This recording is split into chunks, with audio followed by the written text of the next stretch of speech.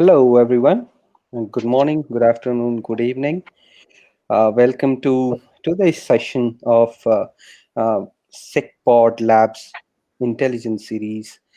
Patch every day to stay away from attackers. My name is Yaksir. I take care of marketing at SecPod, and today I have a very special guest with us. Name is Pooja, and she leads the security intelligence team. And that sounds fascinating, Pooja. Would you help us understand what do you do as the security intelligence team at SecPod? Yes, thank you, Jagsi. Can you hear me? Yes. Yes. So we here at Security Intelligence Lead, I am a Security Intelligence Lead here, and our team basically researches on vulnerabilities. We've been doing this for the past 13 years. Initially, we created content for open source communities. Later on, we developed our own repository called SCAP repository. SCAP basically is a set of specifications that can automate vulnerability patch and compliance management. Currently, SCAP repository is the largest host for SCAP content in the world. It is this content that we basically use in our SanerNow tools like vulnerability management, patch management, and compliance management. This team basically on a day-to-day basis researches on vulnerabilities, tries to identify vulnerabilities in various softwares, reports them.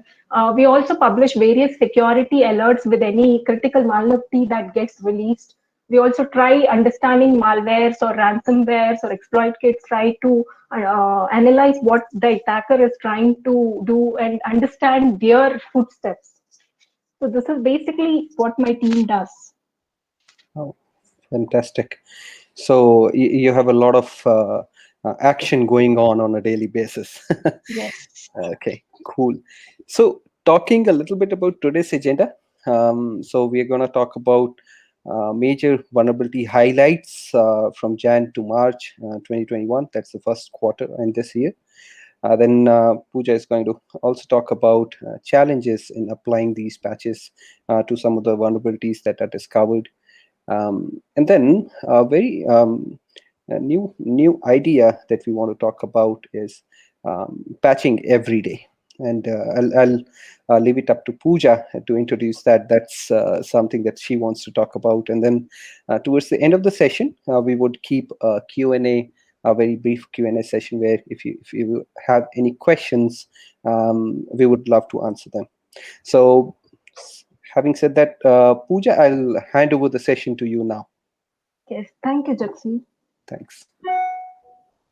So initially, we'll be actually going through the major vulnerabilities that have happened in the past 2.5 months of 2021. We would try understanding what are the critical zero days that we have seen in various platforms, and also what the kind of vulnerabilities that we go ahead and see on a day-to-day basis. So I will be starting off with one of the most commonly used package in your Linux or Unix operating system, which is a super user do or sudo. It is a very commonly found package, and it comes installed by default. So what this package is basically used for is if you are a normal user and you want to execute certain commands as with admin privileges, then you would be using the sudo command. Uh, so uh, this vulnerability, why is it so critical? So you could generally it is the sudo users are maintained in a file called as etc sudoers. So if I am Pooja and if my name is maintained in etc sudoers, it is only then I can use the sudo command. But with respect to this vulnerability, you could be just anybody, nobody, or a guest account. As long as you have access to a local machine, you could go ahead and make yourself root. So the highest level privilege that is possible in Linux or Unix, like operating systems, you would get access without any, without trying really hard. So this bug has existed in this package for the past 10 years, and it also doesn't need any special configuration of sudo. It is the default configuration of sudo that was vulnerable. So as responsible, taking the responsibility, the security researchers did not release the exploit or the POC immediately. They just had a command to understand that there was a heap overflow. you could just run that command and see, and you could see memory dump or segmentation fault error being reported. So this is one major critical issue that we saw in the beginning of 2021, which affected all the Linux, Unix, Solaris, AIX, or Mac boxes. So next, once we have visited this, we next move to Windows. Critical Defender vulnerability, which is 2021-160-1647. It was a 0 day that was being exploited in the while before Microsoft patched it in the January patch Tuesday. So this vulnerability was known to be leveraged in the SolarWinds attack, and it needed very low or no privileges. Complete details about these were not made available immediately, as because the moment a vulnerability is made public, everybody starts exploiting and creating exploits. So generally, security researchers and vendors are waiting for majority of the applications or operating systems to be updated to the latest version, and then they release the details. This also required no user interaction, and the worst part was it also affected Windows 7 and Server 2008 machines. After, I think, Windows XP, if we have seen any operating system which has been very popular and favorite among a lot of people, it has been Windows 7. And also Server 2008 is a server that has existed for pretty long. So these reached end of life in 2020, and if you do not have access to extended security updates, then you are going to be remain affected. The third, this is a very critical issue that has that just came out with the beginning of March. So you must have heard of the Exchange 0 day vulnerabilities. Right now, it is being considered to be going to be larger than the SolarWinds attack, because major attack with respect to Exchange server is being seen on small or medium level enterprises, and also the attack seems to be growing exponentially. So if you see, with respect to whatever details are published about this attack, we get to know, as per Microsoft, it is a Chinese state-sponsored attackers group, Hafnium. It is known to be targeting on-premise Exchange servers. Cloud-based Exchange servers are not known to be affected. This vulnerability could be used to exfiltrate data from the network hosting Exchange server. So you could actually you could actually get hold of the mailbox data along with user credentials using this vulnerability. It is remotely exploitable. You do not need to be in the local environment to actually go ahead and exploit this issue. It does not require any form of authentication, or you do not need any special knowledge about the victim's environment. European Banking Authority recently claimed to be one of the victims. So when Microsoft published these details on March 2nd, if I had to tell you about the timeline of this vulnerability, it was reported to Microsoft in January. Microsoft confirmed in the mid of the Feb that it would be patching it as part of March Patch Tuesday, which was on the 9th of March. But we started hearing of attacks from the end of February, and by March 2nd, Microsoft released the out of band patches to ensure as many servers could be patched as quickly as possible before the exploit really got big. As soon as we heard like about this advisory from Microsoft was published, and the out of band patches were released, we created a honeypot to understand or analyze this vulnerability. And while Microsoft was claiming it was only Hafnium that is trying this attack, there were various other variants that were trying to attack the servers. So it was within the 24 hours we actually started seeing that the attack got really big. So I would just try to explain on this Hafnium vulnerability. So this is the blog that is published from Microsoft's end with respect to this vulnerability. There are four zero day vulnerabilities in this. The first is the CV 26855, which is server-side request forgery vulnerability in Exchange, which allowed the attacker to send arbitrary HTTP requests and authenticate as the Exchange server itself. So the authentication part that you need to start the exploit is already done because of this vulnerability. Next, there is another vulnerability, which is 26857, is an insecure deserialization vulnerability in the unified messaging service. So what this does is any untrusted user controllable data can be deserialized by a program. So exploiting this vulnerability gave Hafnium the okay, just a second. I forgot to share the screen. Just a second. Sorry.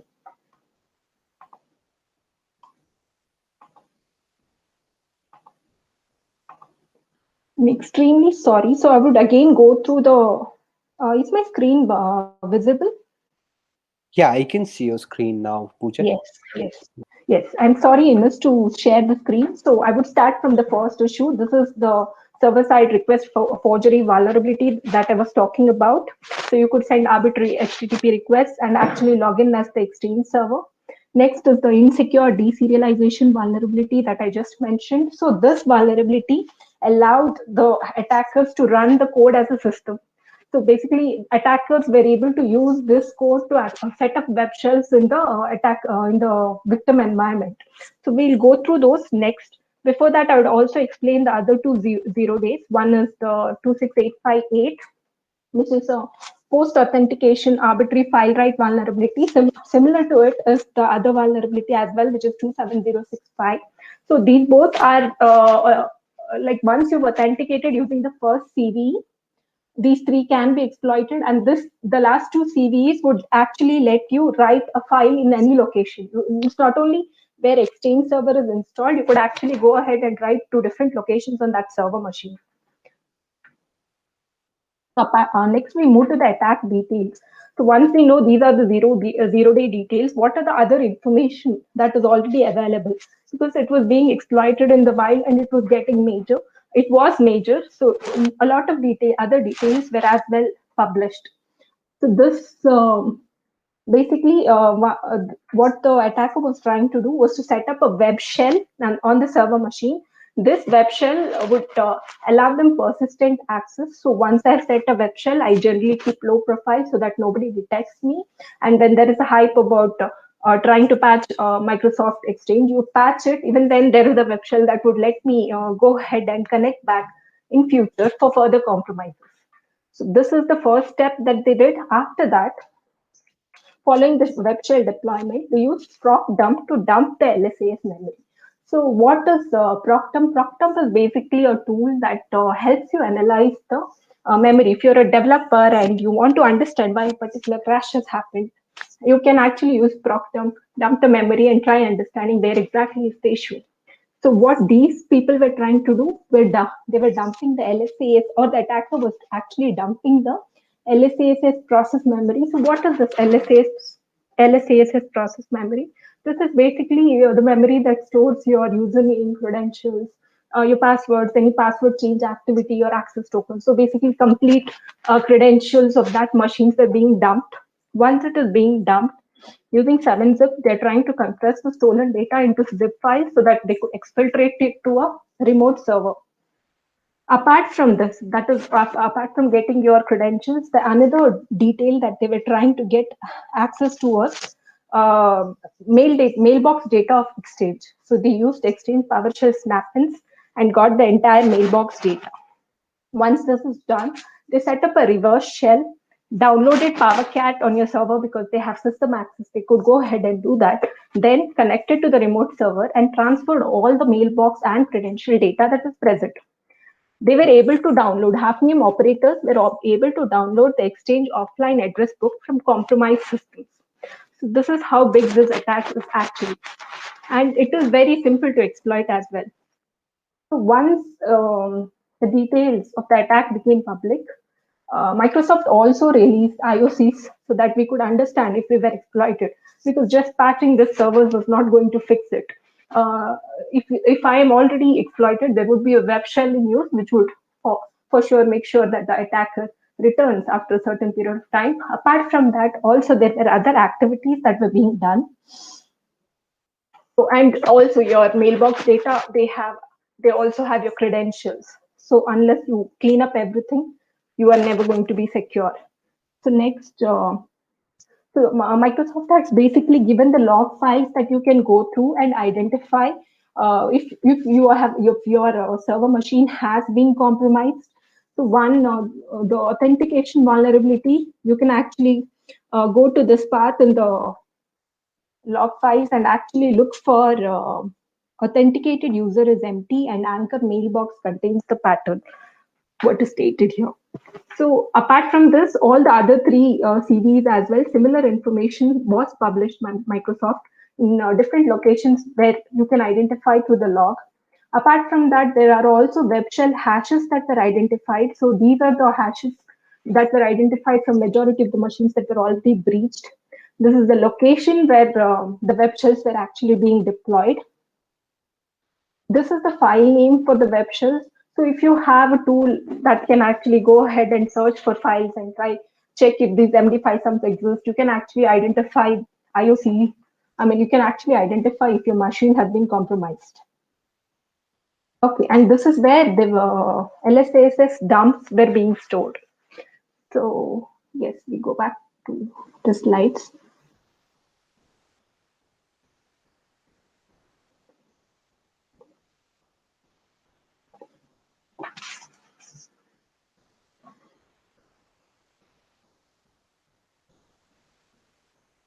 Yes, apart from this, Exchange being a major outbreak this quarter, we've also seen various other zero days in majority of the products that we use. So Windows DNS RC was one of them. So if you have configured your Windows Server machines to run as a DNS server, then this is applicable.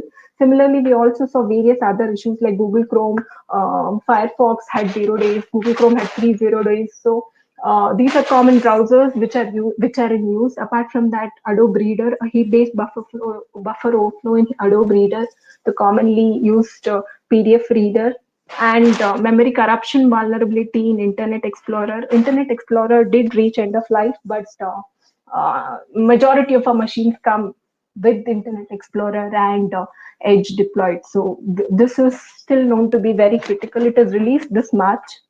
RC in remote code execution in GIT clone. Apart from that, we also saw various advisories from Oracle, Apple, Mozilla, Google, Adobe, and VMware. All of them had a lot of critical, high severity issues.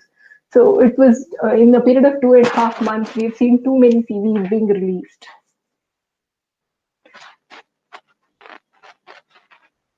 So now I would just like to talk on why, though we see these are the previous slide, we saw various applications that are used by us day in and day out, and majority of them have 0 days.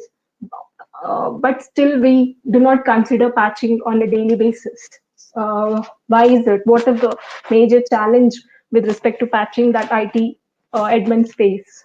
So patching is time consuming. It needs planning and prioritizing.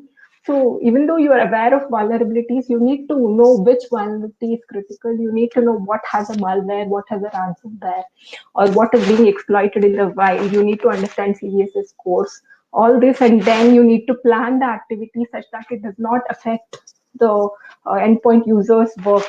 So all this would take a lot of time. Also, it is difficult to maintain inventory. So you need to know every application that is installed on an endpoint. So each of us use various applications for different purposes. So each machine would have like tens and thousands of applications installed. And you need to have a complete inventory of which version of the package is installed, which package exactly is installed, and all those details need to be maintained, and you need to know which is the affected version. Complex mixed OS environments. Basically, I don't think there are organizations that would have only Windows boxes or Linux or Mac boxes. So we would have Windows clients, Windows servers, then various Linux operating systems from Fedora, CentOS, Debian, Ubuntu, Linux Mint, Alpine, and moving on to Mac boxes again. So all these different operating systems require the vulnerability identification and patch management would be unique for each of this.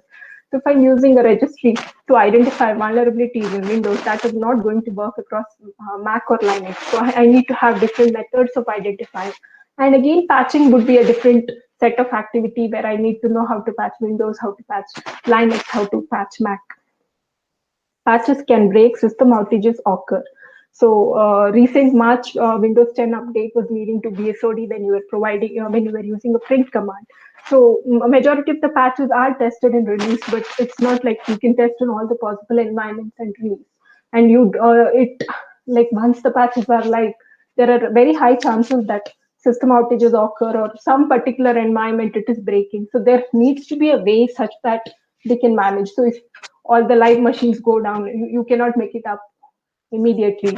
There are various challenges that you would face. And last challenge is specifically introduced because of the pandemic. So right now our work boundaries have extended to our homes. We all of us have started working from homes. Initially, it could have been like 10-20% of the workforce was working from home or office or from somewhere. I'm sorry, from a different location apart from office. But now it is like maybe 90 to 100%. Everybody is working from home, and the IT admin needs to understand the infrastructure is not in a fixed perimeter. He needs to understand all of our environments. He needs to know what I'm using, which box, try to remediate all of that, which again is a challenge. Yes, I think Jagseed Yeah. would So, try to, and yes. yes. So before we move forward, I just wanted to mention to our audience that please feel free to ask if you have any questions, and Pooja will definitely answer them towards the end of the session. So yeah, Pooja, moving forward, you talked about all the patching challenges, right? That an admin has to face, a Yes. system administrator has to face. I mean, yes, I mean they take a lot of time, right? And patching, of course, is one of the most important tasks that the IT team has to achieve, right? The security team has to achieve. Now, Yes. we've heard about Patch Tuesday by Microsoft, right? Patch Everyday sounds quite similar. Is it? Would you like to help us understand what do you suggest by patching every day? So the reason I am trying to tell patch every day is because it is not like only once in a month or once in a year we are seeing major outbreak. We are seeing it very often, very regularly. Even in every month, we see a lot of zero days happening, lot of breaches happening, and these breaches are only possible when I have different vulnerabilities open. So in case of Exchange, it could be Exchange server that there were 4 0-day vulnerabilities, but also there can be 4 different vulnerabilities in different products because of which an attack, a breach is possible. So if you are ensuring that every product that you have is at the latest version and you're patching it regularly and on a day-to-day basis, you are making sure that your environment is safe. So that is the reason why I would say patch every day. So going forward, like initially I think we have started with this concept of patching annually, then moved on to patch once a quarter, month, or now even in a fortnight. But when we did start patching, it was majorly because of the audit. We wanted to ensure that when the audit happens, we have everything ready for it. But now the environment is completely different, where breaches happen on a regular basis, major breaches happen. To prevent that, we need to ensure that we patch on a regular basis. Ideally, what we would advocate is patching within a window of 24 to 72 hours to ensure that the infrastructure is safe and functioning. If it is a critical issue, we would say even 24 hours is late, because when we saw Microsoft Exchange in the 24 hours, the way the attack grew from something that was a limited attack to a big breach, it is obviously a sign that once the patch is available, it is best to patch immediately. Initially, yeah, as I was talking, Exchange server vulnerability, which was reported to have limited attacks initially. Like when if you even now, if you go through the Microsoft blog, you would see that they informed that this was a limited attack that was happening. But now it is already, when I was collecting information, it was 30,000 organizations were affected. So I'm sure it is beyond that right now. So it is this breach is growing exponentially. Threat attackers automated the attacks once a patch and public disclosure of a vulnerability happens. Generally, the price of the exploit reduces. So exploit is easily available, because if the servers are patched, you cannot start exploiting it. Apart from that, also threat attackers want to gain access as quickly as possible because once you've patched, the door is closed. So what we suggest is patch as soon as possible. The moment a patch is available, if it is a critical patch, it is best to patch it immediately. So while we discussed the issues that we saw this quarter, how do we handle it through SanerNow? That is something we will be trying it out now. Let me just share my screen.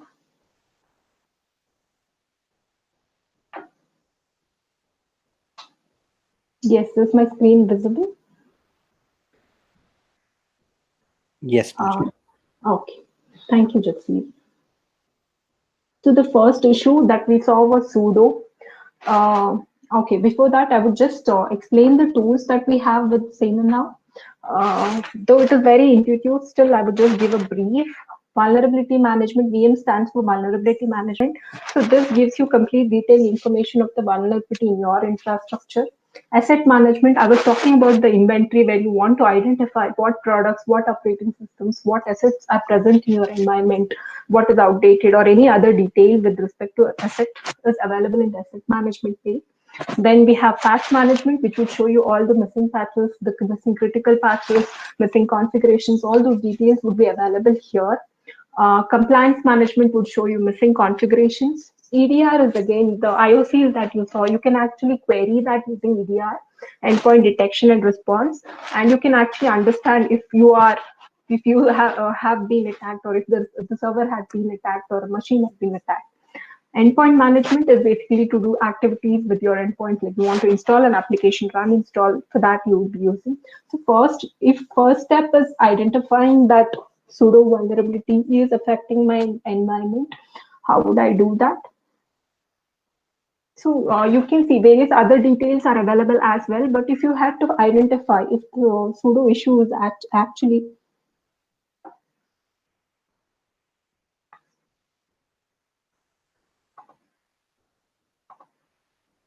So I will search for the CV, which is 2021 3556.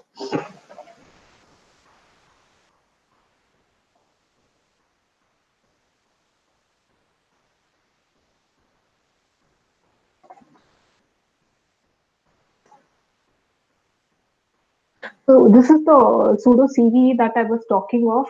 So you can actually get this detail. Okay, the reason Mac is being shown as separately is because Mac does not specifically tell only release patches for sudo. It will patch the entire all the vulnerabilities for that quarter, or for that advisories would be patched as a single Mac OS update. Mac OS update, yeah.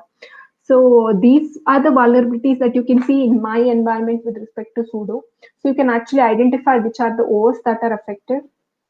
And sudo also had a malware that was available. So if you had to read about it, so this is basically, sorry, I missed to tell you about, this is basically, this part just shows us about the high fidelity attacks. These are the vulnerabilities that are known to be having malware, ransomware, or exploit kits. So if you were to, ideally you should be patching these vulnerabilities first, because you already know that it's being exploited in the wild. So yes, we can read about every malware that exists and try understanding how, whether it's critical, and which are the operating systems it affects. You need any other detail, you can actually check the links. There are what are the specific behaviors, all those details you would get here. So three hosts, because sudo, the CV is affecting three hosts, it is showing here. Now next, if I want to patch this vulnerability, I want to go ahead and patch sudo. How would I do that? So I go to patch management.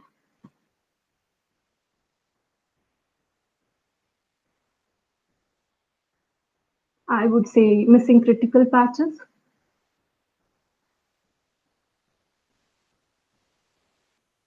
Select sudo. So it's only showing two devices here because the third is the Mac box. I would give name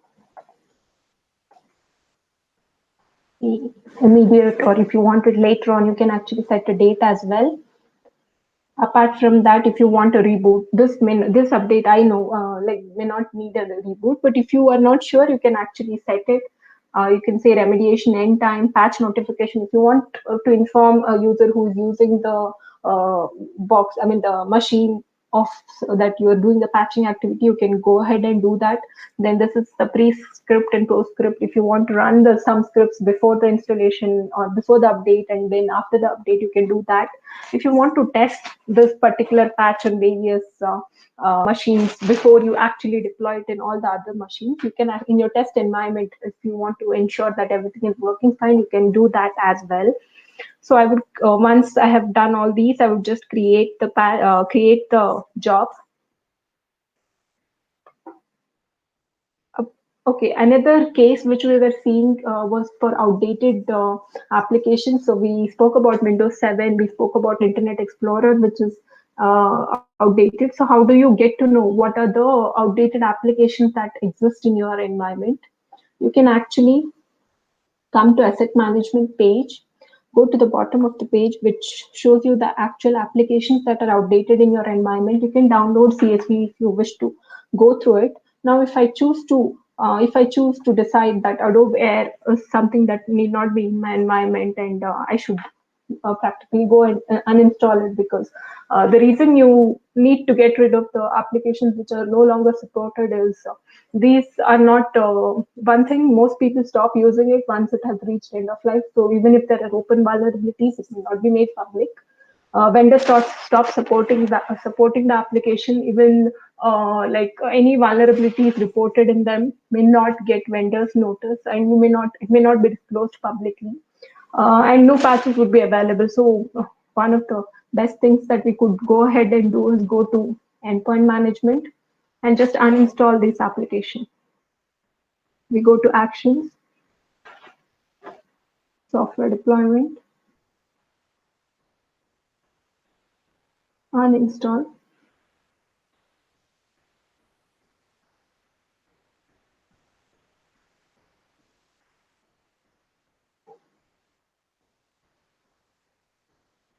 It would list down all the applications installed in all the boxes present. So you can actually search for Adobe Air.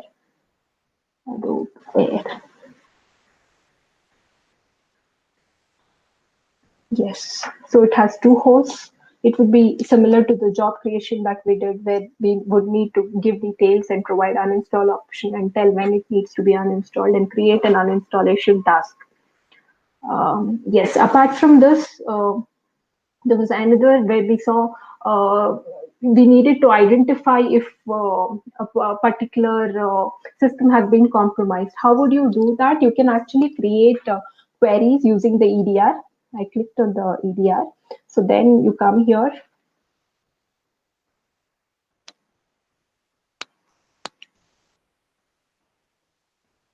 So you can create queries to actually enter the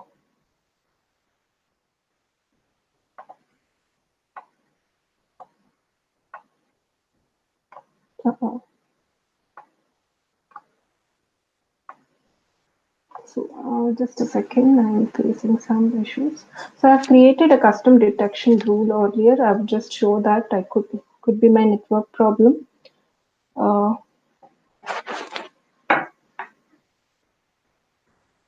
so this is how I would query. You can even I have actually given the exact path and file name. You can actually change it to contains and change it to rejects if there are multiple cases, the way we have seen with respect to Tanium.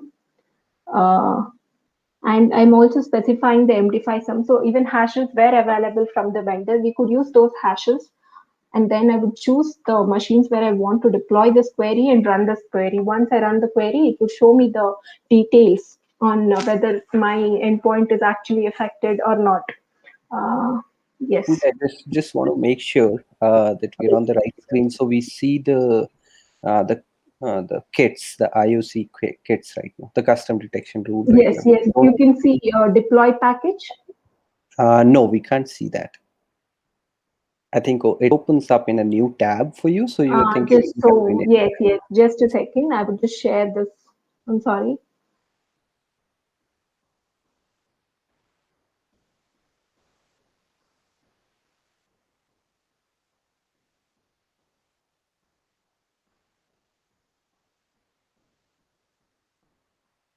Mhm. Yeah, we can see the. No, 1 second. I'll just share the window.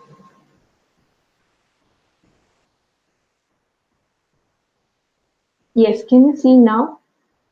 Yes.